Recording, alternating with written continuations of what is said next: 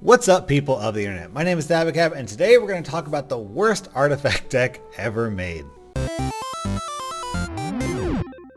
Alright, so this weekend we have the artifact tournament coming up. We're going to see the best player with the best deck, and it made me start wondering, well, if we're going to find out what the best deck is, what's the worst deck? So that's what I set out to do today. I tried to build the worst deck imaginable that has zero chance of winning, and it's just a complete flaming pile of garbage. So we're going to go over why this deck is so bad. So first things first, I wanted to make this deck, I guess, like standard legal, which is to say it's got the minimum number of cards. I mean, obviously the worst deck would just be every single card in the game because it'd just be totally random and chaotic.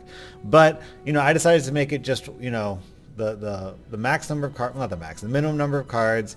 And I also knew that I had to go 4 colors because the more colors you go, the harder it's going to be to cast any individual spell. So we're going to go over this deck and talk about why it's so terrible. So first off, right off the bat, Meepo, that's kind of an obvious one.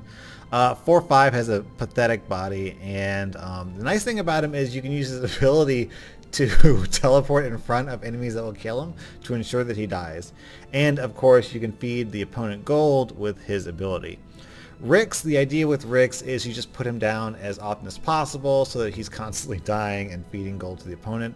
Lion is among the weakest black heroes, but he's got the added benefit with his ability because you can use it on himself or on one of your own heroes. Honestly, he's going to kill just about any of your heroes, so you're going to be just fine. Plus, his premier card, Draining Mana, is nice because, first of all, Draining Mana is really frustrating. So it's going to suck for the opponent, it's going to just annoy them, and it's going to give you mana, which potentially can combo well with Crystal Maiden, so it'll give you more mana to cast your other garbage spells that will make you, like, having more mana isn't good for this deck. Having more mana actually makes this deck worse because all of the cards actually end up hurting you.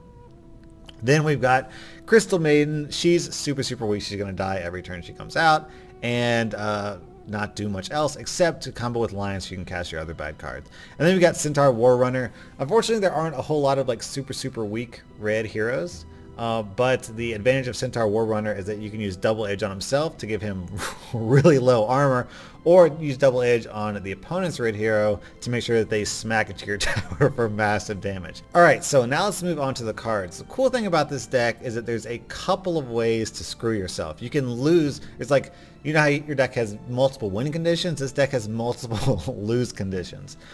So right off the bat, this deck has multiple ways to just completely nuke your deck. You've got Diabolic Revelation, which is going to deal lots of damage to all the units in your lane, make sure your heroes die, and of course draw more cards, which is only good for this deck because it's going to mean that you're going to draw your other terrible cards. You also got Whispers of Madness, a lot of really good blue cards here, which is going to stun all allied, what does it do? Stun an enemy this round and stun allied heroes in all lanes. So you just cast this in lane 1, use it on a melee creep, and the melee creep will be stunned, and then all your heroes will be stunned. So they'll be easy pickings for the opponent. Of course, you've got Compel to make sure that your opponent is always getting hero kills as much as possible, because you don't want them smacking into creeps. You want to make sure that those heroes smack into your heroes and die as much as possible. Annihilation, of course, will wipe out your board as if your opponent needs help. And then we've got the other colors. Let me see. We have Caught Unprepared, stun a hero until they equip an item. The nice thing about this card is that you can use it on your own heroes to completely disable them, because of course you can choose not to cast an item on them, meaning that once you play Caught Unprepared on one of your heroes, they are out for the rest of the game. You've also got, I guess that's it for the spells. I mean, we've got the premier cards, obviously. But in creeps, we've got the Ravenous Mask. That's an excellent way to kill off your heroes, kill off any of your units, honestly. Though you have to be a little bit careful because Ravenous Mask will get quite large. So you need to make sure you can combo it well with cards like, you know, Annihilation, so that your Ravenous Mask doesn't get too big. You've got Cursed Satyr. I mean, giving your opponent cards has a potential decent effect. And Champion of the Ancient, which is just a massive mana sink. I mean, it doesn't really hurt you, but it's just a really crappy card. So of course we've got one of those in. The improvements, though, is where the fun comes in. Escape route, if you put 3 escape routes down, then you can have a maximum of 2 heroes on the board if that's the route you wanted to take. So 3 escape routes in lane 1, then deploy 3 of your heroes in lane 1, and then escape route all 3 of them so that you just don't have any heroes in the game at all. Of course, that runs counter to the gold feeding strategy. If you want to play out lots of Rixes and Meepos to make sure that you feed as much gold as possible, then you won't want to go the escape route. Instead, you might want to go for perhaps the Howling Mind route, which of course will help you draw your other garbage cards and give the opponent the cards that he needs to beat you. And then, of course, the Oath. The ideal situation with the Oath is that you get 1 Oath in each lane, meaning you can't cast any spells, you can't cast any creep. I believe it's just improvements, right? Improvements and items. And then you need to make sure that you're constantly killing off your lines so that you have no black heroes in that lane, meaning it's all disadvantage and no advantage. Then I've got the Omex Arena. In general, it's just a really garbage card, but it combos well with Rix and Meepo because it can help you draw into the garbage cards that you need in your deck to make sure that you lose as quickly as possible. As for items, the Town Portal Scroll is actually a placeholder. Artifact Fire doesn't have the Bracers of Sacrifice. Equipped heroes +2 armor, deal 6 damage to equipped heroes, enemy neighbors, and condemn equipped heroes.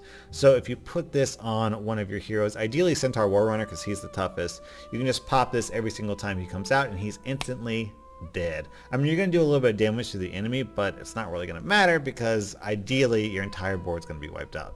Okay, so actually I made a mistake. Bracers of Sacrifice are in here. I didn't realize that they changed the name and the artwork of Techie Vest. So actually the Town Portal Scroll should be the replacement for the Obliterating Orb because of course you can use the Obliterating Orb to destroy your own improvements, meaning any possible advantage you can get out of them will be annihilated. The golden ticket is just for random RNG, same thing with the shop deed. As for the last two, the golden ticket and the shop deed, to be honest, there aren't any other really terrible items out there, so I figure you may as well just go for the lulz and see if you can get some goofy items out there. So I think this is one of the worst decks I could possibly come up with. I feel like I could replace Champion of the Ancient with something worse, so I'm not sure what exactly. Maybe at any cost to help make sure that I take out my units as quickly as possible. I'm also not sure about the Omex Arena because it doesn't really hurt me. It just gives me cards, but of course every card I draw actually hurts me, so kind of complicated there. I like things that hurt me as much as possible. So this deck, as you will see, kind of begs the question, can you make an unwinnable deck in Artifact? I mean, in other card games, you can kind of get lucky. The cards are a bit more balanced around each other.